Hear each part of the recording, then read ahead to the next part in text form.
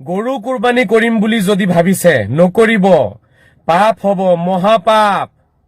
গৰু কুৰবানী ভাৰতবৰ্ষত মহাপাপ হয়। বেলেগে পূজা কৰা বস্তু এটাক আপোনালোকে কিয় কুৰবানী কৰিম বুলি ভাবিছে?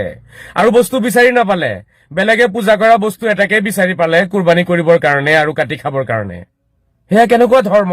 নিজকে প্ৰশ্ন কৰক। ছাগলী কুৰবানী কৰক না, কোনে বাধা দিছে? কোনেওতো বাধা দিয়া নাই।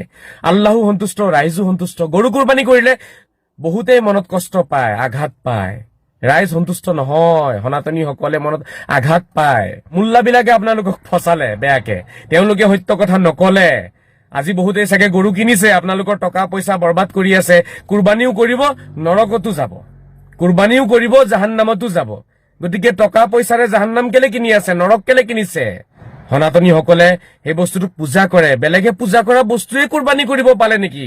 আৰু বস্তু বিচাৰি নাপালে। তামাম কমেডি কিন্তু দেই এইবোৰ। ধৰ্মক কমেডি নবনাব, ধৰ্মক ঠাট্টা নবনাব, ইছলামক অপমান নকৰিব, কোৰাণক অপমান নকৰিব। ইছলামে এইবোৰ শিকোৱা নাই, কোৰাণে এইবোৰ শিকোৱা নাই। ৰাইজ ছাগলী কুৰবানী কৰক। অকল যে গৰুৱে কুৰবানী দিব লাগিব তেনেকুৱা কোনো কথা নাই।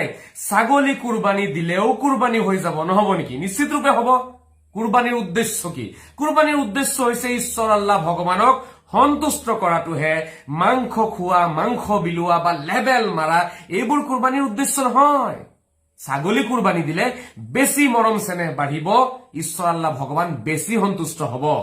ঈদ হৈছে সকলোকে লয় মৰম চেনেহৰ পৰিৱেশ গঢ়ি তুলি এসাঁজ ভাত খোৱাৰ নাম হৈছে ঈদ। নিজৰে কিছু মানুহক লৈ পেলাই গৰুৰ মাংসৰে ভাত খোৱাৰ নাম ঈদ নহয়। সেই মাংসটো যদি আপুনি ঘৰত ৰাখে, সেই ঈদৰ দিনাখন অমুছলিম কোনো মানুহে আপোনাৰ ঘৰত নাহিব। সেয়া কেনেকুৱা ঈদ হল আপোনালোকে নিজেই কওকচোন। ঈদ মানে হৈছে মৰম চেনেহ বিলোৱা। বেলেগৰ মনত কষ্ট দি আপুনি 100টা গৰু কুৰবানী কৰিলেও আপোনাৰ কুৰবানীত একো লাভ নহব। গৰু কাটি কোটি কোটি মানুহৰ মনত দুখ দি আছে, সেয়া কেনেকুৱা ঈদ হল আকৌ?